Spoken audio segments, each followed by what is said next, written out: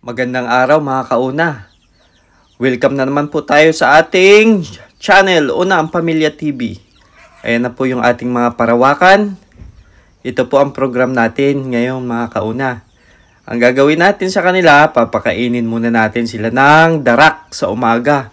Simpleng pagkain lang natin para hindi naman magastos. Ayan, may mga katawan ng saging. Minsan, ginagawa natin yung darak, hinahaluan natin ang katawan ng saging na ginayat-gayat.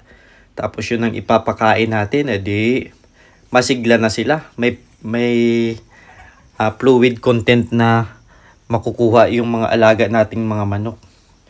Ang program natin sa pagmamanok natin ng mga parawakan, ang gagawin natin sa kanila ay ibibreed muna natin sila ngayon. Tapos yung mga anak nila ay doon tayo pipili ng mga future breeder natin. Dahil may nakuha tayong tandang na malaki. Siguro ito ay nagtitimbang ng 3.5 kilo. Siya yung gagamitin natin ngayon. Kulay itim. Tsaka itong isa na ito, yung kubra, gagamitin natin siya. Pinapataba lang natin. Siya yung gagamitin natin sa pagpapalahi dito sa farm. So, after nang makalahi lang siya, papabayaan natin sila. So, saka tayo magkakaroon ng seleksyon or pipili tayo kung anong kulay ang gagamitin natin para sa future breeder natin ng mga parawakan.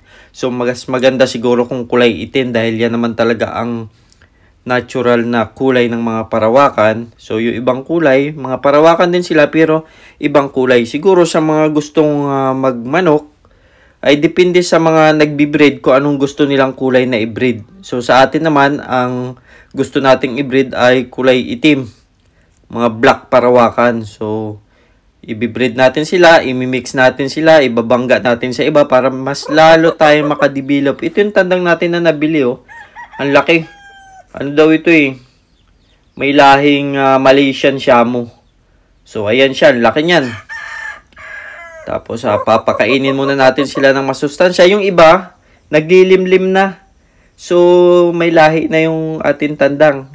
So, yung selection natin, siguro sa mga sisiw nila, doon na tayo kukuha ng mga gagawin natin future breeder. Ayan o. Collection lang din natin ito sa mga palengke. Kasi pag sa mga breeder tayo bumili, ang mahal.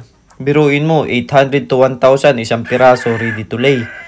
So, ayan, nakabibili tayo sa mga palengke ng per kilo lang. So, pero talagang pahirapan. Kaya, para lang tayo makaipon ng mga parawakan, talagang babalik tayo sa pagmamanok ngayon dahil na-disappoint tayo nung una eh. Ninakaw yung mga alaga nating manok. So, ngayon, balik tayo ulit. Kasi malaking tulong ito sa mga farmers. Mga kauna, napakalaking tulong ito. May kunting kailangan ka lang, pwede ka magbinta. Pag may mga birthday, handaan, pwede ka magkatay. Napakalaking tulong. Ayan, binigyan natin sila ng sapal ng niyog. Masaya na sila, mataba sila.